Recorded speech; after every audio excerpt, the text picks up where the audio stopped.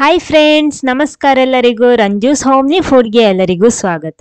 ಇವತ್ತು ಬೀಟ್ರೂಟ್ ಉಪಯೋಗಿಸ್ಕೊಂಡು ಒಂದು ಸುಲಭವಾಗಿರುವಂಥ ಒಂದು ಹೆಲ್ದಿ ಆಗಿರುವಂಥ ಒಂದು ರೆಸಿಪಿ ಮಾಡ್ತಾ ಇದ್ದೀನಿ. ಖಂಡಿತ ನೀವು ಈ ರೀತಿ ಇದುವರೆಗೆ ಟ್ರೈ ಮಾಡಿಲ್ಲ ಅಂದರೆ ಒಂದ್ಸಲ ಟ್ರೈ ಮಾಡಿ ಟೇಸ್ಟ್ ಮಾಡಿ. ಬನ್ನಿ ನೋಡೋಣ ಏನು ಹೇಗೆ ಮಾಡೋದು ಅಂತೆಲ್ಲ.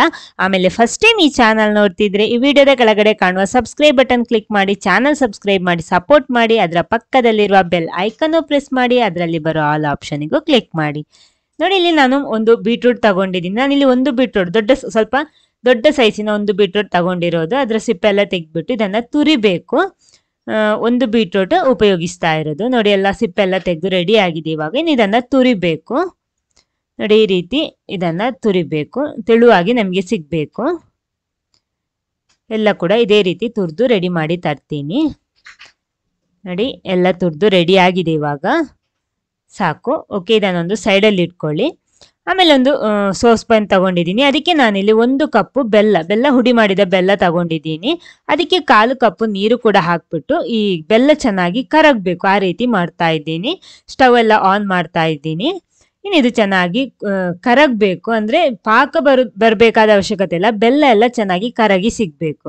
ನೋಡಿ, ಈ ರೀತಿ ಬರಬೇಕು. ಕರೆಕ್ಟ್ ಆಗಿದೆ. ನೋಡಿ, ಬೆಲ್ಲ ಎಲ್ಲ ಕರೆಕ್ಟ್ ಕರಗಿ ಫುಲ್ಲಾಗಿ ನೀರಾಗಿ ಸಿಕ್ಕಿದೆ. ಸಾಕು. ನಾನು ಸ್ಟವ್ ಆಫ್ ಮಾಡಿಡ್ತಾ ಇದ್ದೀನಿ. ಇದನ್ನು ಕೂಡ ಒಂದು ಸೈಡಲ್ಲಿ ಇಟ್ಕೊಳ್ಳಿ. ನೆಕ್ಸ್ಟ್ ಒಂದು ಪ್ಯಾನ್ ಬಿಸಿ ಮಾಡಿಬಿಟ್ಟು ಅದಕ್ಕೆ ಮೊದಲು ತುಪ್ಪ ಹಾಕ್ತಾ ಇದ್ದೀನಿ. ತುಪ್ಪ 2 ಟೇಬಲ್ ಸ್ಪೂನ್ ತುಪ್ಪ ಹಾಕ್ತಾ ಇದ್ದೀನಿ. ಮೊದಲು ನಾನು ತುಪ್ಪ ಬಿಸಿ ಆದ್ಮೇಲೆ ಇದಕ್ಕೆ ನಾವು ತುರಿದಿಟ್ಕೊಂಡಂತಹ ಬೀಟ್ರೂಟ್ ಇದೆಯಲ್ವಾ, ಅದನ್ನ ಸೇರಿಸ್ತಾ ಇದ್ದೀನಿ. ಎಲ್ಲ ಕೂಡ ಹಾಕ್ಬಿಟ್ಟು ಇದನ್ನ ತುಪ್ಪದಲ್ಲಿ ಚೆನ್ನಾಗಿ ಫ್ರೈ ಮಾಡಬೇಕು. ಒಂದು 5 ನಿಮಿಷ ಹೊತ್ತಾದ್ರೆ ಇದನ್ನ ಚೆನ್ನಾಗಿ ತುಪ್ಪದಲ್ಲೇ ಫ್ರೈ ಮಾಡ್ಕೊಳ್ಳಿ ಮೊದಲು. ಆವಾಗಲೇ ಅದರ ರುಚಿ ನಮಗೆ ಕರೆಕ್ಟ್ ಆಗಿ ಸಿಗೋದು. ನೋಡಿ, ಈ ರೀತಿ ಫುಲ್ ಆಗಿ ಫ್ರೈ ಮಾಡ್ಕೊಳ್ಳಿ. ಮೀಡಿಯಂ ಫ್ಲೇಮಲ್ಲಿ ಇಟ್ಟು ಫ್ರೈ ಮಾಡಿದ್ರೆ ಸಾಕು. ನೋಡಿ, ಇವಾಗ 5 ನಿಮಿಷ ಆಗಿದೆ. ಸಾಕು. ಇನ್ನು ನಾವು ಇದಕ್ಕೆ ತೆಂಗಿನಕಾಯಿ ಹಾಲು ಹಾಕ್ತಾ ಇದ್ದೀನಿ. ನಾನೊಂದು ಮೀಡಿಯಂ ಗಾತ್ರದ ಒಂದು ತೆಂಗಿನಕಾಯಿ ತಗೊಂಡಿದ್ದೀನಿ. ಅದರ ಹಾಲು ಅಂದ್ರೆ ಜಾಸ್ತಿ ನೀರೇನು ಸೇರಿಸದೆ ತಗೊಂಡಿರುವ ಫಸ್ಟ್ ಹಾಲು ಇದು. ನೋಡಿ, ಇದನ್ನ ಹಾಕ್ತಾ ಇದ್ದೀನಿ. ಇದು ನೋಡಿ ಫುಲ್ ಆಗಿ ಮುಳುಗುವಷ್ಟು ಹಾಕೋಬೇಕು. ಇನ್ನು ಸ್ವಲ್ಪ ಬಾಕಿ ಮಾಡ್ತೀನಿ, ಅದು ಬೇಕು ನಮಗೆ ಆಮೇಲೆ. ಇನ್ನು ಇದನ್ನ ಚೆನ್ನಾಗಿ ಮಿಕ್ಸ್ ಮಾಡಿಕೊಂಡು ಈ ತೆಂಗಿನಕಾಯಿ ಹಾಲಲ್ಲಿ ಇದು ಬೇಯಬೇಕು. ಅಂದ್ರೆ ಈ ತೆಂಗಿನಕಾಯಿ ಹಾಲೆಲ್ಲ ಫುಲ್ ಡ್ರೈ ಆಗಿ ಬರಬೇಕು. ಅಷ್ಟು ಹೊತ್ತು ಇದನ್ನ ಬಿಸಿ ಮಾಡ್ಕೊಳ್ಳಿ. ಈ ರೀತಿ ಕೈ ಆಡಿಸ್ತಾ ಇರ್ಬೋದು. ನೋಡಿ, ಫುಲ್ ಆಗಿ ಡ್ರೈ ಆಗಿ ಸಿಕ್ಕಿದೆ ನಮಗೆ. ಈ ರೀತಿ ಅಂದ್ರೆ ಬೀಟ್ರೂಟ್ ಎಲ್ಲ ಚೆನ್ನಾಗಿ ಬೆಂದಿದೆ. ತೆಂಗಿನಕಾಯಿ ಹಾಲಲ್ಲಿ ಚೆನ್ನಾಗಿ ಬೆಂದಿದೆ ಇವಾಗ.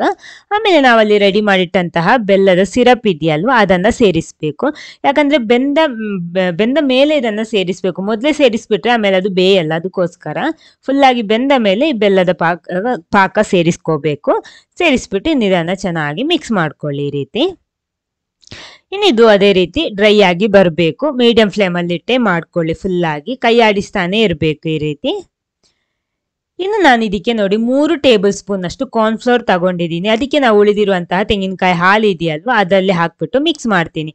ನಾನಿಲ್ಲಿ 3 ಟೇಬಲ್ ಸ್ಪೂನ್ ತಗೊಂಡಿದ್ದೀನಿ. ಇದು ನಮಗೆ ಅರ್ಧ ಕಪ್ಪಿನ ತನಕ ತಗೋಬಹುದು. ಕರೆಕ್ಟ್ ನಿಮ್ಗೆ ಸೆಟ್ ಆಗಿ ಬೇಕು ಅಂತಿದ್ರೆ ಒಂದು ಅರ್ಧ ಕಪ್ಪಿನ ತನಕ ತಗೋಬಹುದು.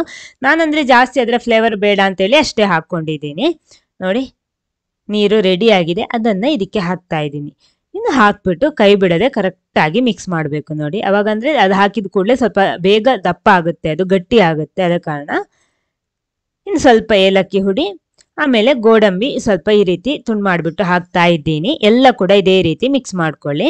ಎಲ್ಲ ಹಾಕ್ಬಿಟ್ಟು ಇನ್ನು ಮಿಕ್ಸ್ ಮಾಡಿಬಿಟ್ಟು ತಳ ಬಿಟ್ಟು ಬರಬೇಕು. ಅಷ್ಟು ಹೊತ್ತು ಇದನ್ನ ಮಿಕ್ಸ್ ಮಾಡಬೇಕು ಫುಲ್ ಆಗಿ. ಇದು ಅದೇ ರೀತಿ ಮೀಡಿಯಂ ಫ್ಲೇಮಲ್ಲಿ ಇಟ್ಟೆ ಮಾಡ್ಕೊಳ್ಳಿ. ಇನ್ನು ನೋಡಿ, 2 ಟೇಬಲ್ ಸ್ಪೂನ್ ತುಪ್ಪ ಪುನಃ ಸೇರಿಸ್ತಾ ಇದ್ದೀನಿ. ಟೋಟಲ್ ಇದಕ್ಕೆ 4 ಟೇಬಲ್ ಸ್ಪೂನ್ ತುಪ್ಪ ಹಾಕೊಂಡಿದ್ದೀನಿ ನಾನು. ಇನ್ನು ಅದೇ ರೀತಿ ಮಿಕ್ಸ್ ಮಾಡ್ಕೊಳ್ಳಿ. ಇನ್ನು ತಳ ಬಿಟ್ಟು ಬಂದ್ರೆ ಸಾಕು. ಫುಲ್ ಆಗಿ ತಳ ಬಿಟ್ಟು ಬರಲಿ. ವಾವ್, ನೋಡಿ ಎಷ್ಟು ಕರೆಕ್ಟ್ ಆಗಿ ಬಂದಿದೆ. ಕಲರ್ ನೋಡಿ ಎಷ್ಟು ಚೆನ್ನಾಗಿದೆ ಅಂತ. ಅಂದ್ರೆ ನಾವು ಬೀಟ್ರೂಟು ಕಲರ್ ಇರುತ್ತೆ, ಅದು ಅಲ್ಲದೆ ಬೆಲ್ಲದ ಪಾಕ ಉಪಯೋಗಿಸಿದ್ರೆ ಅದ ಕಾರಣ ಪುನಃ ಜಾಸ್ತಿ ಕಲರ್ ಸಿಗುತ್ತೆ ನಮಗೆ. ನೋಡಿ, ಈ ರೀತಿ ಇದೆ. ಸಾಕು. ಸ್ಟವ್ ಆಫ್ ಮಾಡ್ತಾ ಇದ್ದೀನಿ. ಇನ್ನು ಇದನ್ನ ತುಪ್ಪ ಸವರಿದ ಒಂದು ಬೌಲಿಗೆ ಹಾಕ್ತಾ ಇದ್ದೀನಿ ಸೆಟ್ ಮಾಡೋದಕ್ಕೋಸ್ಕರ. ನೋಡಿ ಎಷ್ಟು ಚೆನ್ನಾಗಿದೆ ಅಂತ. ತುರಿದಿಟ್ಕೊಂಡಂತಹ ಬೀಟ್ರೂಟ್ ಅಲ್ಲಿ ನಾವಿಲ್ಲಿ ಮಾಡಿರೋದು ಅದು ಬೆಲ್ಲ ಉಪಯೋಗಿಸಿ ತೆಂಗಿನಕಾಯಿ ಹಾಲಲ್ಲಿ ಮಾಡಿರೋದು ನೋಡಿ. ಈ ರೀತಿ ನಮಗೆ ಬಿಸಿ ಬಿಸಿಯಾಗಿ ಸರ್ವ್ ಮಾಡಬೇಕಿದ್ರೆ ಹೀಗೆ ತಿನ್ಬೋದು. ಅಂದರೆ ಈ ನಾವು ಕ್ಯಾರೆಟ್ ಹಲ್ವಾ ಎಲ್ಲ ತಿಂತೀವಲ್ವ, ಅದೇ ರೀತಿ ಇದನ್ನು ಸರ್ವ್ ಮಾಡ್ಬೋದು. ನಾನು ಸ್ವಲ್ಪ ಆರಿದ ಮೇಲೆ ಇದನ್ನು ತೋರಿಸ್ತೇನೆ ನಾನು ನಿಮಗೆ.